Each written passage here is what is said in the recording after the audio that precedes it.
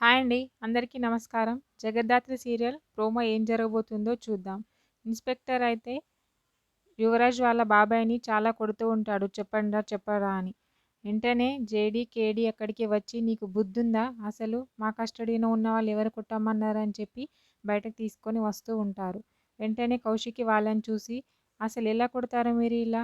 ఇలానేనా కొట్టేది అని తిడుతూ ఉంటుంది. జేడీ అంటుంది మేము కొట్టలేదు కౌశికి గారు అని చెప్తూ ఉంటుంది.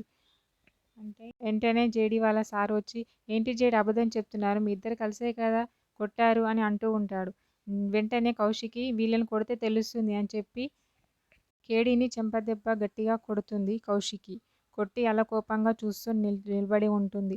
వెంటనే జేడీ కౌశికి అని చెప్పి ఆమెపై చేయి లేపుతూ ఉంటుంది. వెంటనే కేడీ ఆగు జేడీ అని ఆపుతూ ఉంటాడు.